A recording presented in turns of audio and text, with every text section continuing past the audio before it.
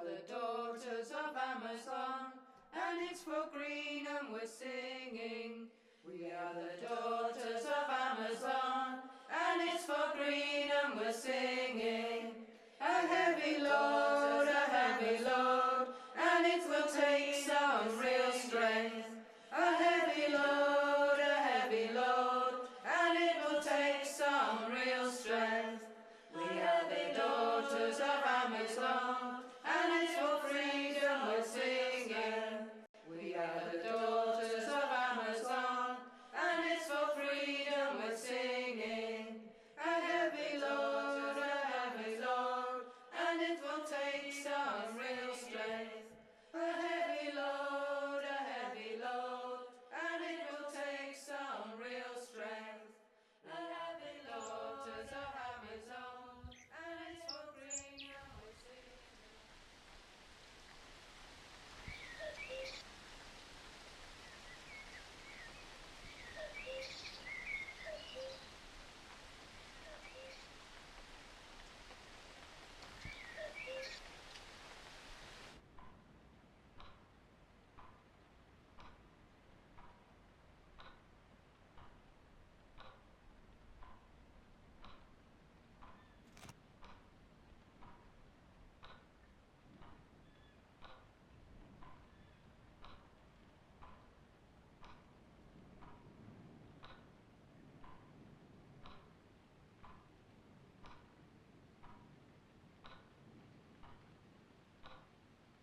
I saw a photograph of the women at Greenham in 1981, and I thought, oh, I would like to join them. But my mother was still alive. She was very old and frail. When she died in March the following year, I thought, well, now I am free to go to Greenham. I happened to arrive the very day they decided by a vote to get rid of the men. So there was a lot of kerfuffle and disagreement among the women still, because they hadn't all decided. There were a lot of people who thought, I think, that militarism was a male manifestation and they wanted it to be women only. Also, they thought the police wouldn't be so aggressive towards women as they might be towards men. Also, that men couldn't be trusted to be non-violent if provoked.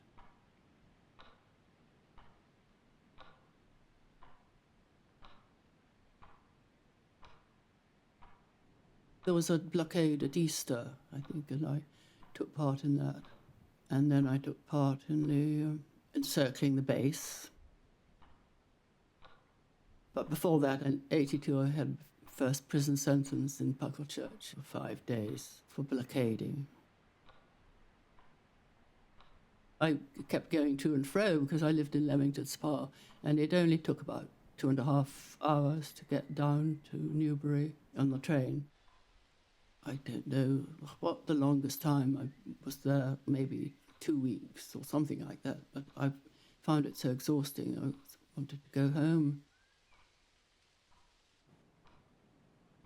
Then I bought a badge machine. I started making badges.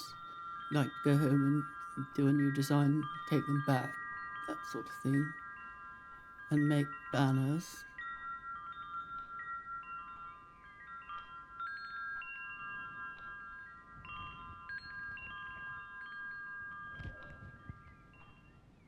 Also, at Leamington, a big Greenham support group grew up, and we were all arrested twice for graffiti on the Debenhams in the parade. It was boarded up Debenhams. And the first time we did a big graffiti, "Don't persecute peace camps, they're working for real peace," or something. And the second time it was about a massacre in South Africa, I think.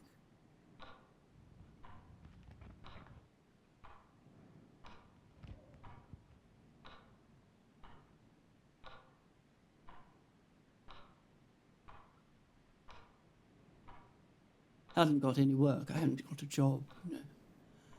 So I was able to do things like that. And our youngest was 16. Although she was living at home, she was doing various things. and the others were all away. The children were very supportive, and my husband is a pacifist, which I'm not.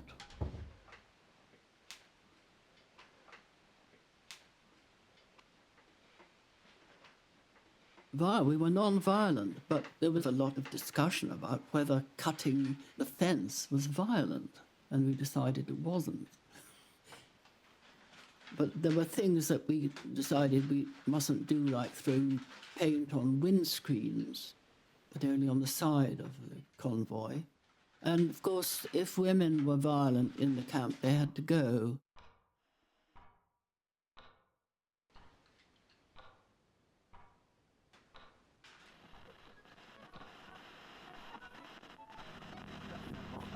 The clock's original setting in 1947 was 7 minutes to midnight. Since then it has been adjusted 25 times. The farthest time from midnight was 17 minutes in 1991.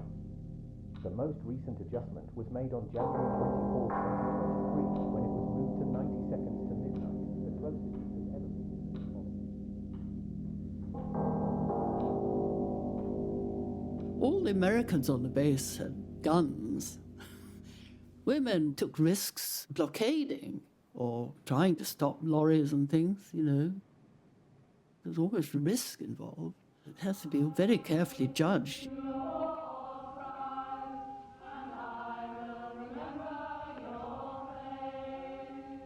People do silly things. I had a lump of some sort of metal and I was going to chuck it at a convoy. Looking back, it would have probably rebounded on me, you know, it could have gone on somebody else.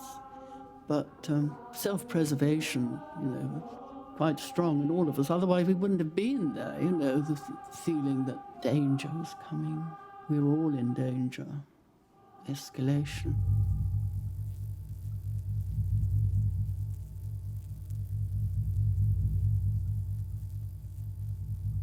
One soldier talked about zapping.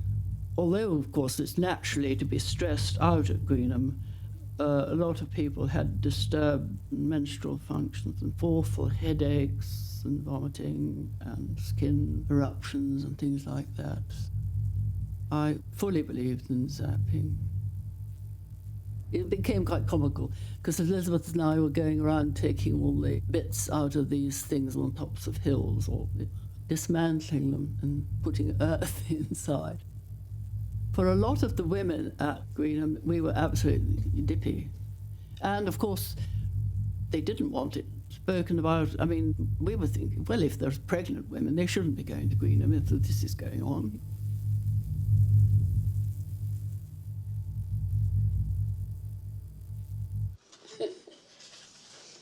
Oh, dear. Biggest women brought squalor and hassle. Yeah, I know. Communist pledge. Oh, yes. I used to take, you know, the keep out notice there. I used to take it off the fence and then put common land, this fence is illegal, and put them back. Yeah, dear. It was great fun. All that stuff was great fun. That's where we kept our food, you see. Keep it away from the rats.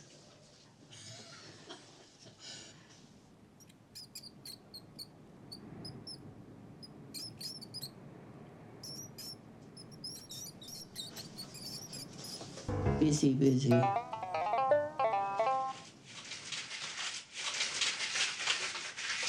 Just heating the soup or making an omelette or something. The garden was fine.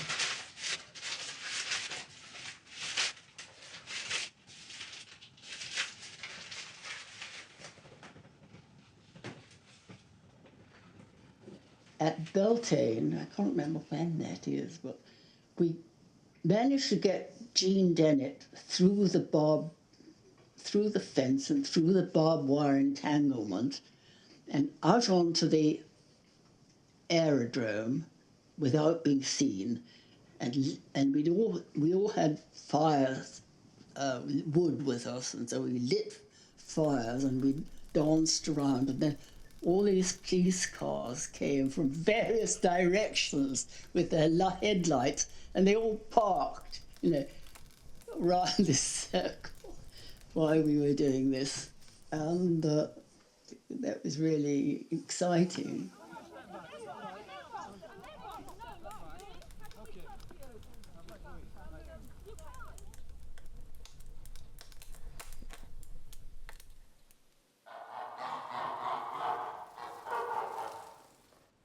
We didn't know whether these geese were for alarm or were they for Thanksgiving. This happened in the 80s and was a funny incident in the very serious work of trying to get rid of cruise missiles with nuclear warheads at US Greenham Common. It is for Naomi, Sarah, Becky and Sarah, and for our children and their children's children. There goes the new secret weapon. They keep the geese in the lorry park to warn them if we go in. The geese are in a horrible bare hen. We decided to free the geese and put them in a nicer place than a cruise missile base. Next time I came back to Greenham Common Women's Peace Camp, I brought a jar of raisins soaked in whiskey. I thought the geese would eat them and get dozy. On November the 5th, 5 of us went quietly through the woods at night, cut a hole in the base fence. We were careful to tie back the barbed wire so there was no chance of the geese getting hurt when we carried them out. Then we went to the lorry park.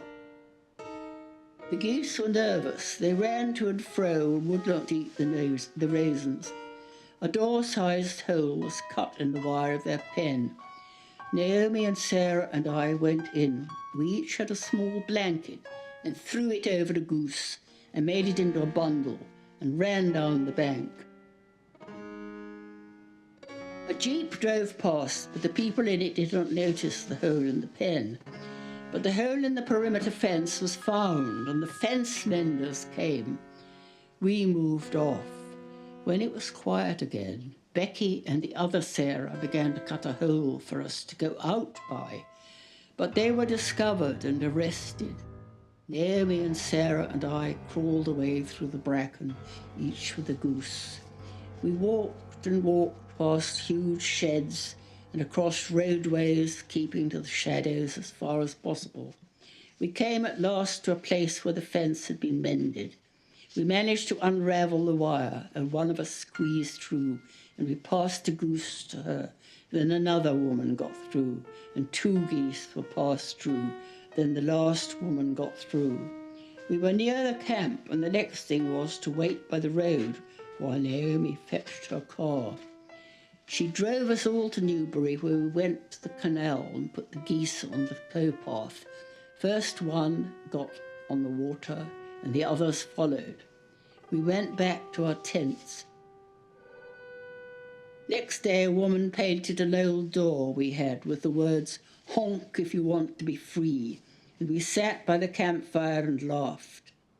Some drivers did honk.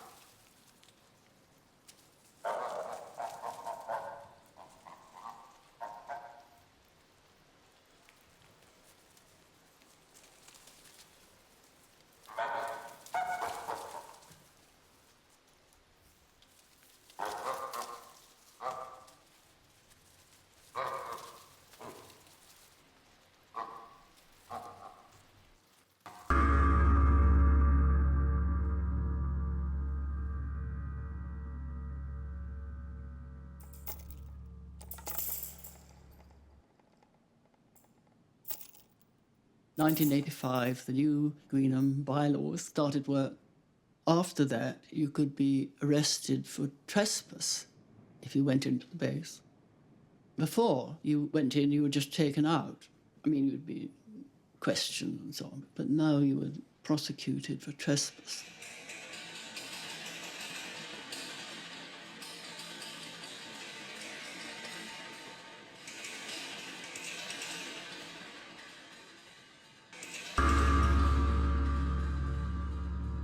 We had a birthday party at the camp, and then we decided to go into the base.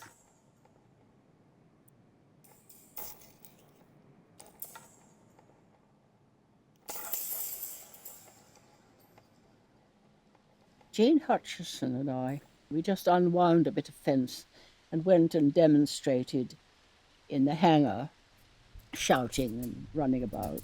And we were in court the next day.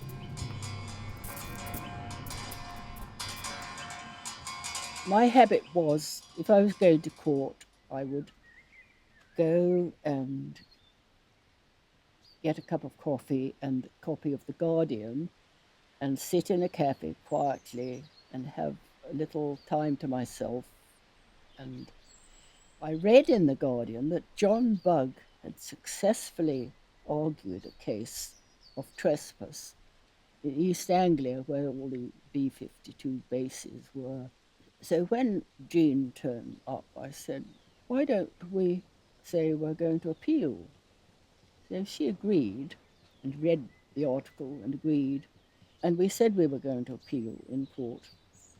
And then I rang up Hodge, Jones and Allen and this lovely solicitor they had.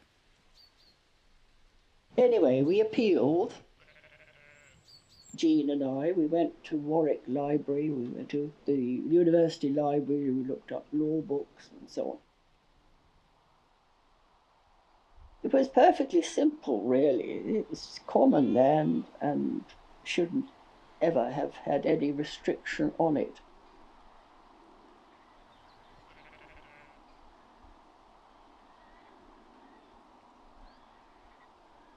My friend Elizabeth, she went round collecting people's memoirs of before the war, when they used the common, and they were commoners, and they picnicked on the common, and people who allowed various animals on the common, and so on. Then we turned up in the magistrate's court, and the magistrate wasn't sure if he had the right to decide on whether the Greenham Common bylaws were legal or not.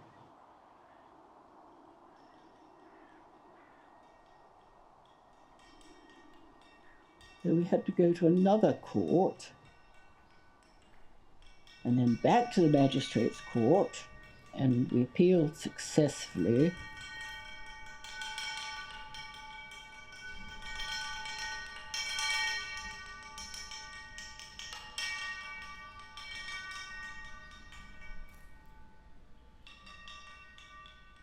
And then the MOD appealed against that decision, and we went to the High Court.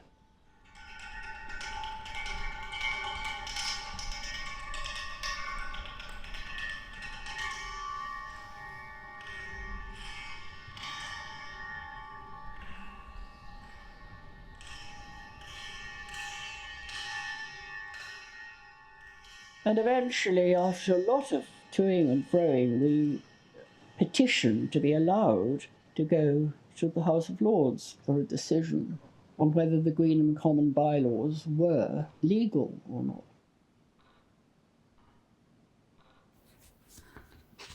You see, judges uphold Greenham trespass convictions.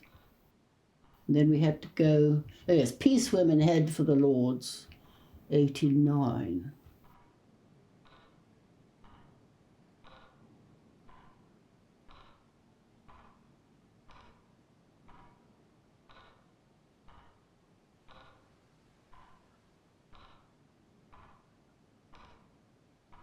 Jean did her own case, and I had a QC, and after fantastic hair-raising wait, we got the judgment which was in our favour.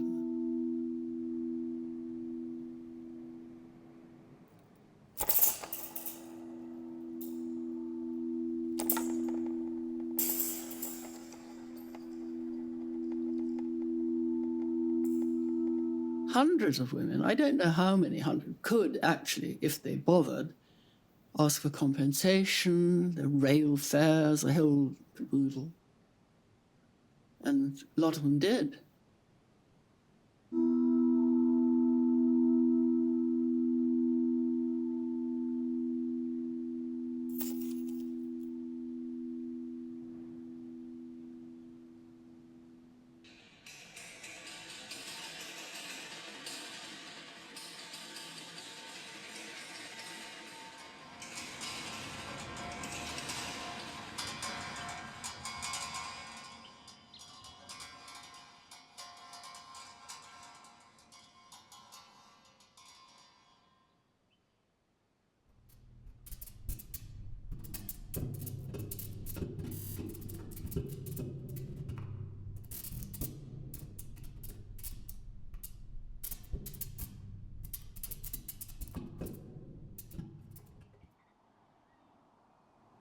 And of course, this happened when the cruise missiles had actually gone. The Russians had been and gone and inspected, and the cruise missiles had gone. But the case went on.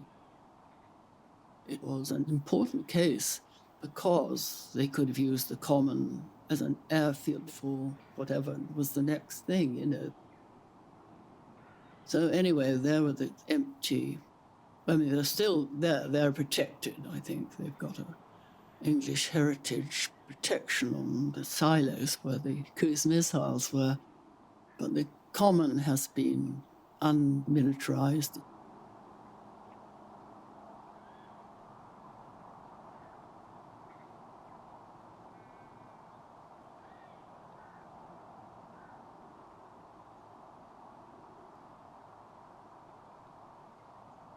Greenham was a home, much more than my home was at the time.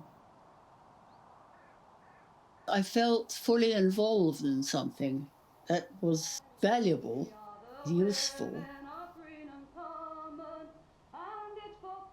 It was a great experience meeting all these women.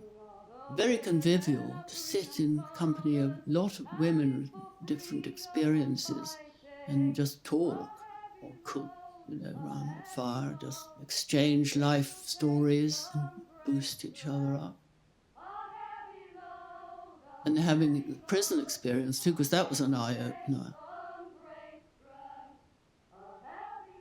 We were quite cunning.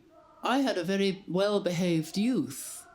I'd never been a wild teenager, always been quite studious, I suppose, or, you know, hard-working.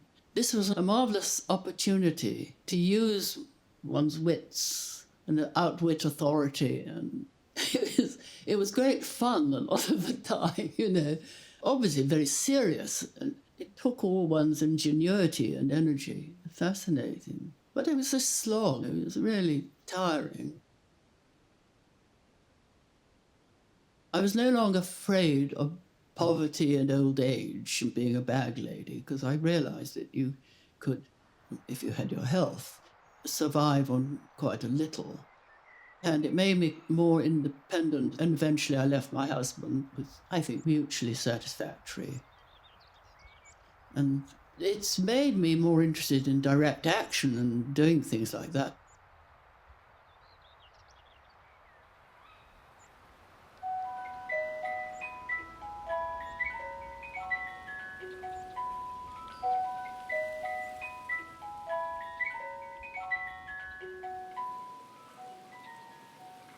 I planned to come back to Scotland because I'm Scottish and I was brought up in the West. Then I went to art school in London when I was 16, 17.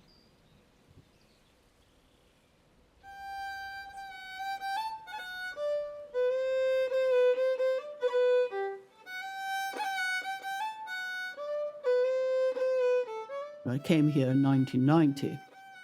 There are very few trees here. I feel I've done something with growing the trees, just to show that you don't need to live in a barren landscape, you know.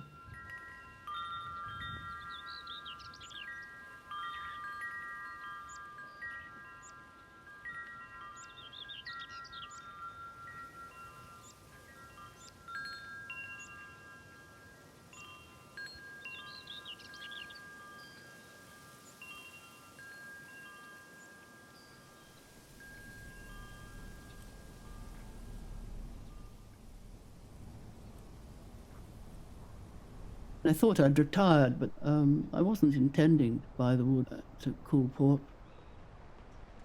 I wanted a wood for travellers to be able to stop in, because they were being persecuted, either New Age travellers or original travellers. It had been bought by the MOD when they put in a new military road. Then they got rid of this piece of woodlands. It was advertised.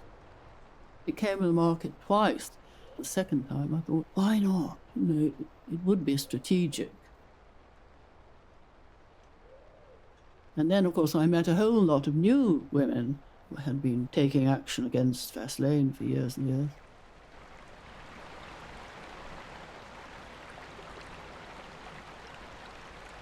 And then first thing we had was a women's camp. Then the next thing was the county council were horrified. It was the first camp. And the judge came over and the county council came.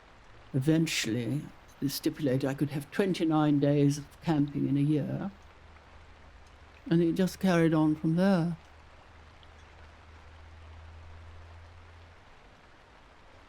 So after that, my life became one of living here, planting things, digging ditches and so on, or cutting down rhododendrons that people would, and camping in the wood. That's my altered MOD sign.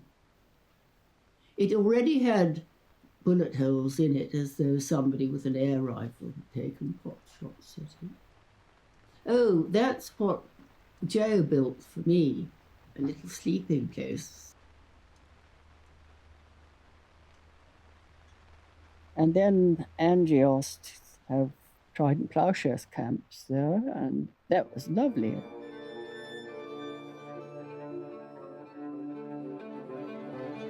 It seemed to be every year for a little while, and there was a lot of action to do with the base food court.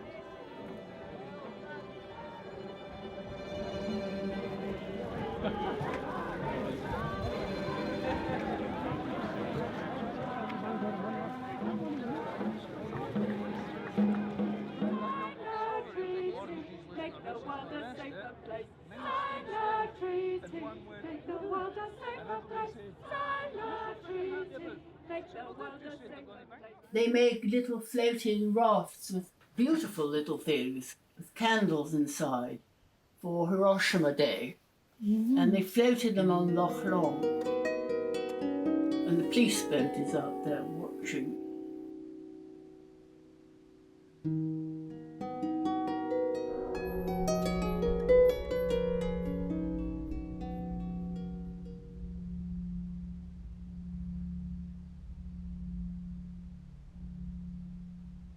But then, of course, people had rows, and I found I wasn't good at reconciling people with each other and so on.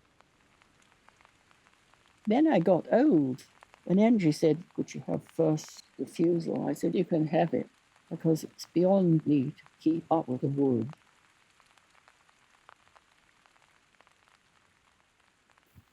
Yeah.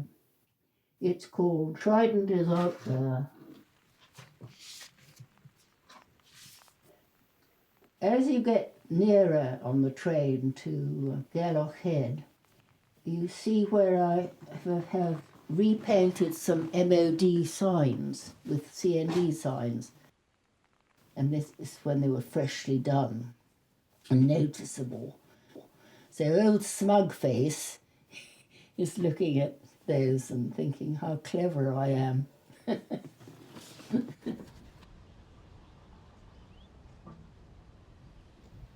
This, where the railway goes under the road, just above Vest Lane main gate, up the hill, I used to use it as a place to put messages.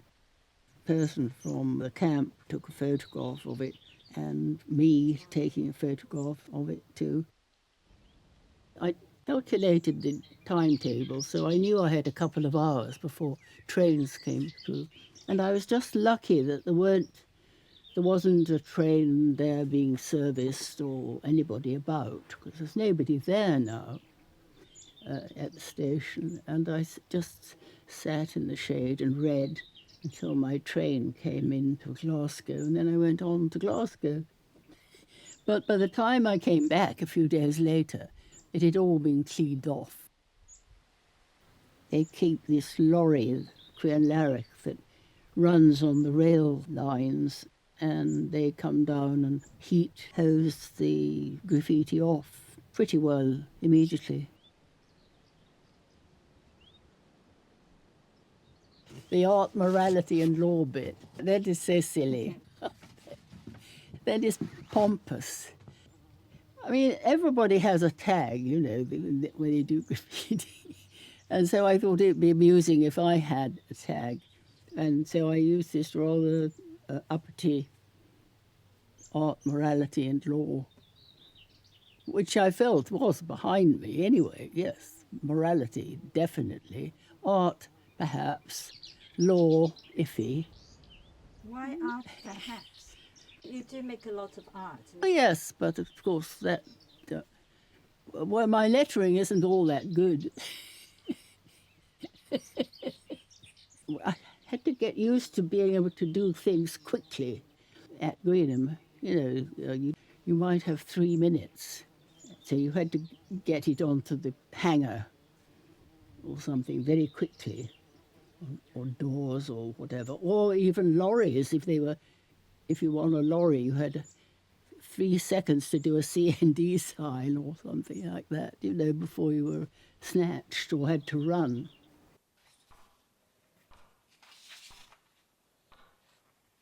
Oh yes, here's a bit about art morality.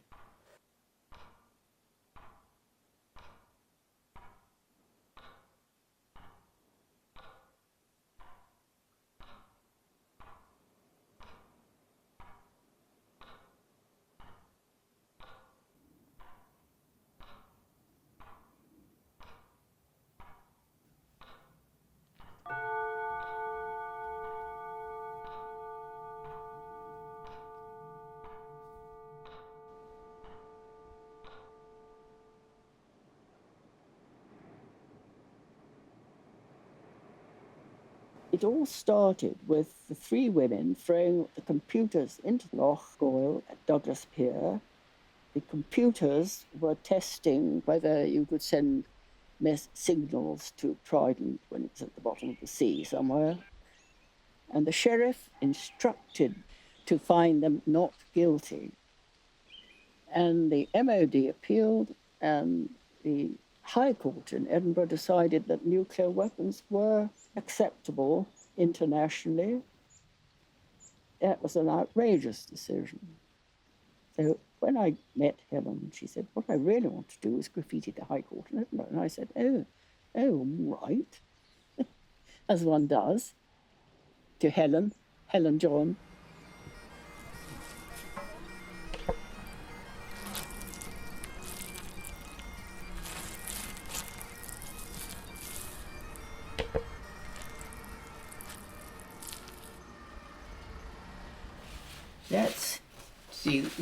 I was this side of the door and Helen was this side. I had this bit.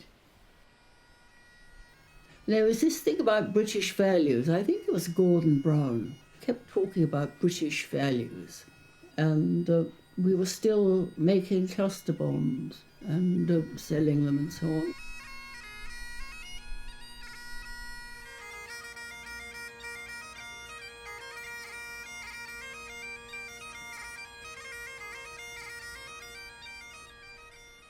This violent thief has 160 convictions over 24 years. This 81-year-old peace activist didn't pay a fine for graffiti.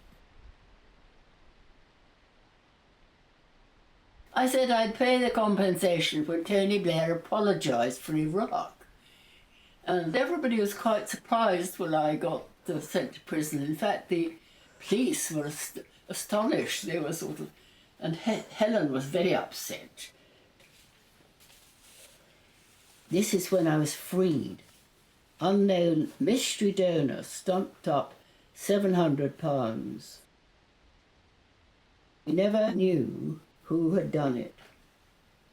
Wasn't a friend of the CND or anything, because they would know that you don't do that. It was somebody who wanted to shush it down.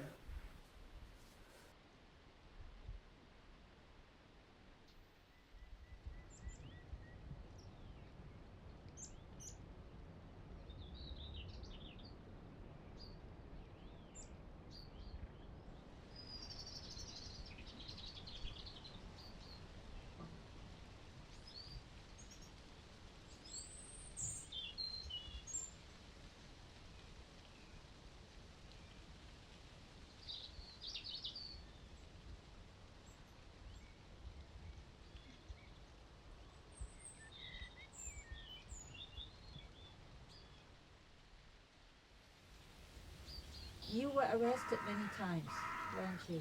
Yeah, How many times? I've no idea now. It was work. It was part of the work. Being arrested was nothing, really. It was court cases that were important.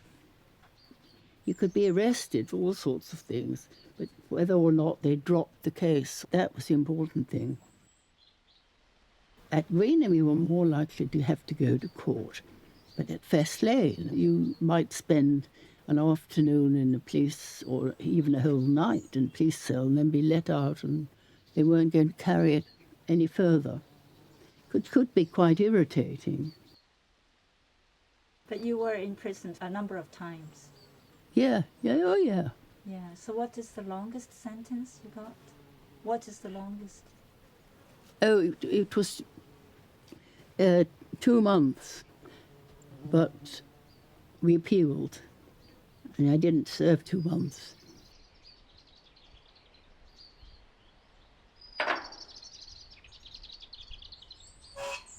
You got used to it. But when it happened the first time? Oh, I wrote a you- poem about that when I came out. Dizzy, lying down, sitting up, squeamish, cold, I need the cat on my lap. Looking at my cards, remembering them, remembering me. Why am I panicking? I would get a panic attack in Sainsbury's or something. I'd have to go home. It's a stress. You're very wary all the time. And prison is out to humiliate, keep you down.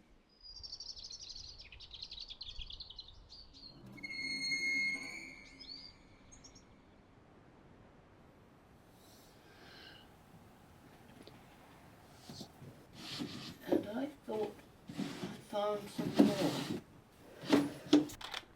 Entertainment, watching the shadows of the curtains at Puckle Church. The first time I went to Puckle Church was from Greenham Common. Sitting in the road, a blockade. So that's the view through a window at Puckle Church. Windows and the pigeons and the puddles and so on, very interesting shapes. Where is Puckle Church? Near Bristol. It doesn't exist now. Oh no, that was at Puckle Church the first time when I asked for a drawing book. Now, I don't think I asked for a drawing book anywhere else. This is a photocopier. When I came out of Puckle Church, sometime after that, I gave my drawing book that I'd had in prison to some woman's museum.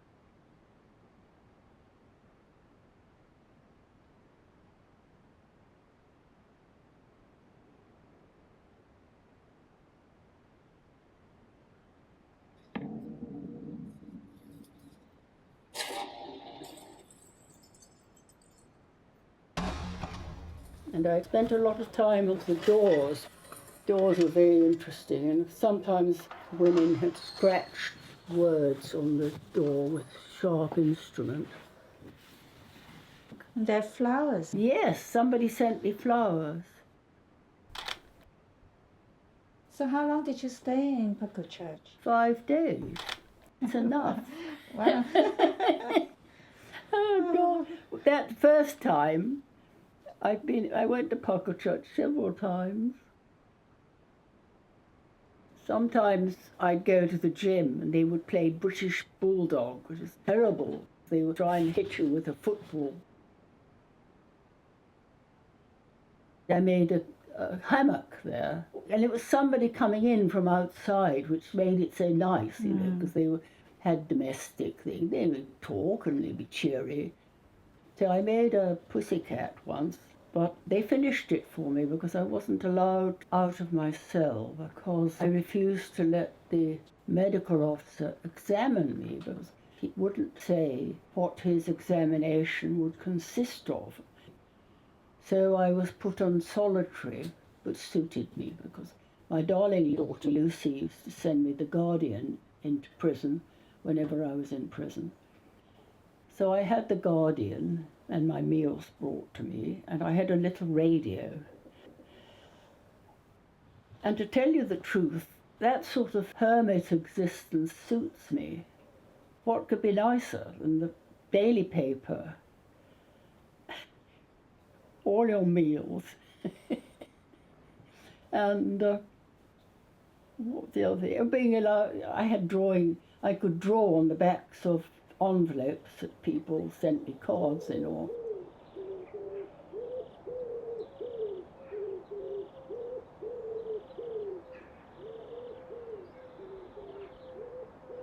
you haven't got to think about anything except making plans for when you get out, watch the pigeons through the door, you have half an hour of exercise on your own.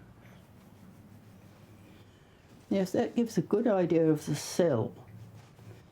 The metal wardrobe, the little chair, little table.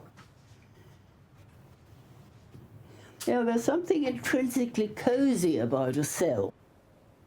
Because the door, although it prevents you getting out, it also prevents anybody else getting in.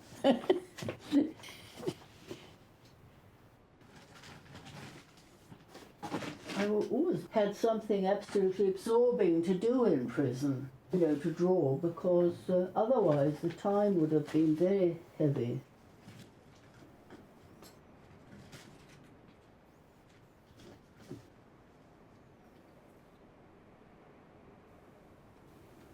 In Holloway, I was shown into my cell.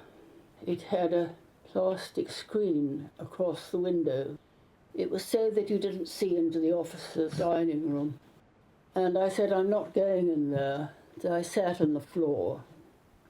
And then another officer came along with this trans woman. I didn't want to be thought that I minded about being shut up with a trans woman. So I went into the cell and I shared the cell with this woman. You see a little bit of sky and a little bit of grass, and you can rap on it and it shudders, but you can't make any impression on it because it's screwed down and it's very hard.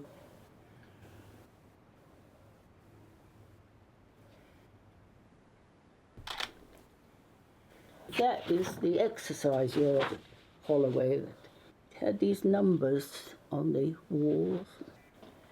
I liked Holloway because you didn't feel isolated. You could look out, and there was London, of sparkling lights and the whole uproar of London. But that's just done from memory, as the other one is. There was some nice plantings inside.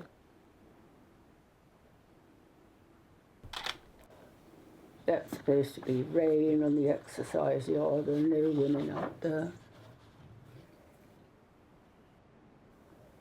When you got arrested and were in a police cell, you could ask for pencil and paper. And there was a big sign on the wall saying what your rights were. And your rights were to get pencil and paper, or something to write with. But now, of course, it's privatized. They refuse to give you a biro or something. They say, oh, well, you could attack us with it. The rights of somebody arrested now are far fewer than they were.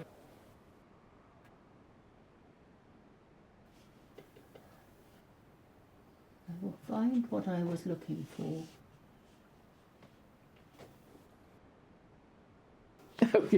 Do not remove the pages from this book as it is a reportable offence.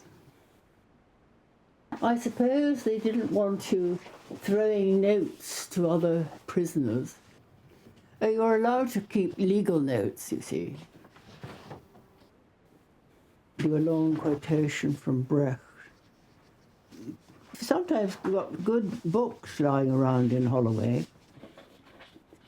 Sometimes you read books in prison that you've never read before, like Dickens. I could never read Dickens, but I read one in prison.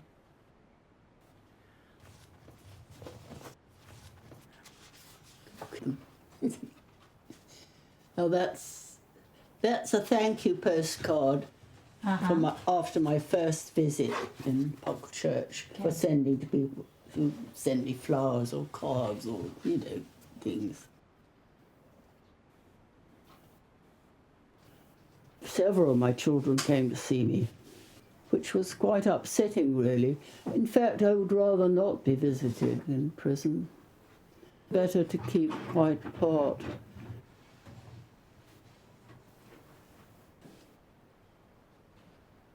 Oh, here's, that's what I'm looking for. There you are. Peace cell, Clyde Bank. Oh no, several of these. Two different. The colour of the floor was that actual colour. And you see the door. The door is always very important. There's somebody standing at the door having a peep through. I've got my guardian. Oh dear. I did that from a sketch I did at the time. So I remember her coat going over her.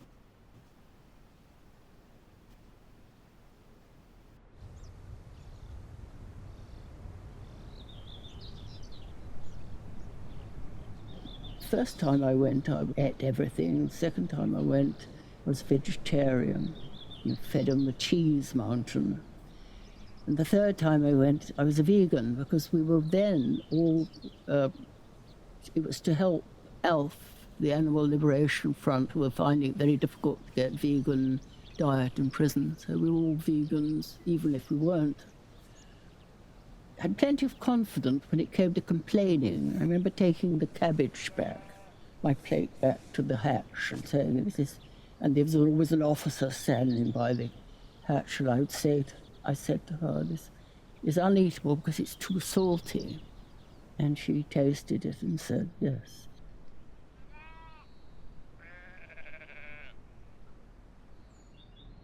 It's quite true what they say. Anybody who's been to boarding school can cope with prison better because you have known those restrictive practices.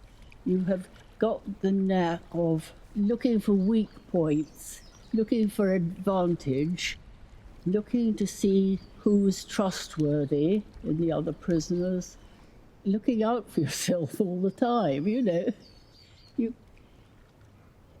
It's quite a good training for prison. What does it matter if they should jail us? We are free and kept alive by hope. Our struggles hard.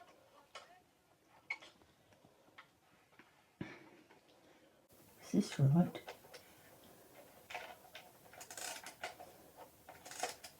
I love mechanical things.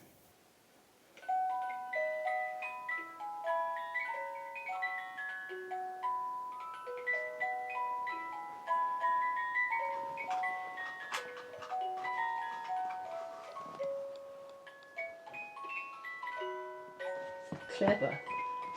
Love clockwork. It's lovely, isn't it? Mm-hmm. I don't know what sort of date it would be.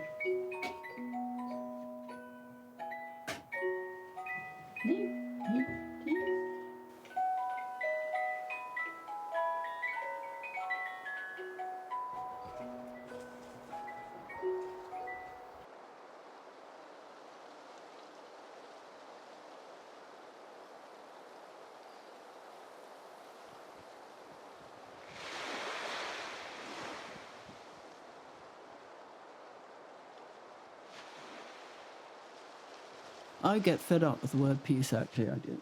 Even the word peace camp. And as somebody joked yesterday, peace camp is the last place you expect to find peace, when there's a lot of people with views. You can only have open discussion all the time. If you discuss all the time, then it's good.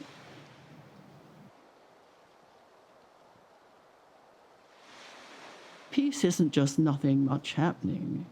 It's a positive thing, difficult to achieve. It has to go with justice. People not fighting is good. It's not necessarily peace. Some countries are quite peaceful, but it's because there's a dictator. And this country was at peace before 1940 Well, it was totally unjust society. At the background of my childhood was feeling that all was not well. And then there was something called the crisis before 1940. And then the war, and then everything turned upside down. My father disappeared to Palestine, and my brother was learning to blow things up because he went into the army. An uncle was a prisoner of war. A cousin was thrown off a Bren gun carrier and killed. My brother was posted missing over Norway. Then we found that when Hiroshima happened, he'd been sent in a glider to blow up the heavy water plant, and the glider crashed, he was killed. All that, you know. So I was always very aware of imminent danger, really. Is there still a sense of danger then? I don't feel danger now because I feel this is a lovely, safe place where I'm looked after by lovely people, my neighbours. But, yes, global things affect me. I get so angry I sometimes don't know what to do, except what I do is I go and saw down some branches or a small tree or something, and or cut with a Stanley knife into lino. I have to read that you can see what's going on. I want to know what's going on. I can't just be happy in the garden if all this buzzing about is going on, and killing and injustice. I want to be in on it and have a view and have a voice, certain voice. Puny squeaks. So have a voice, is that purely for your own expression, or do you think the voice can have any impact? Well, it doesn't have an impact, but it goes very far, reaches a lot of people. And even if it did reach a lot of people, it wouldn't make any difference to the people in charge.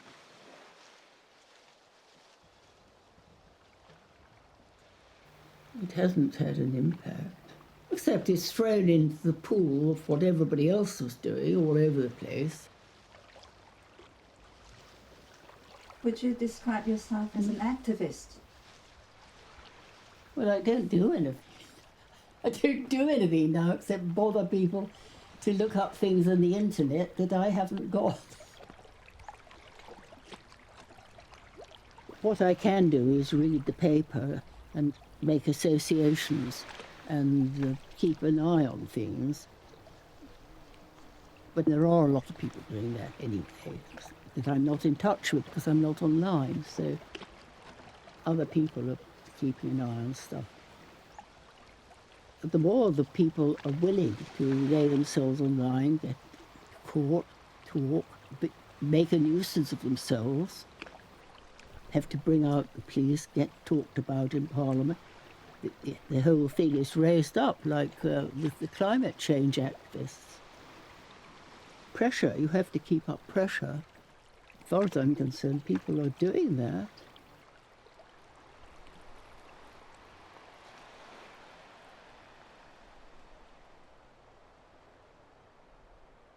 Have you had a peaceful life? No, not really. It rockets along. It hasn't been peaceful, but it's been fulfilling.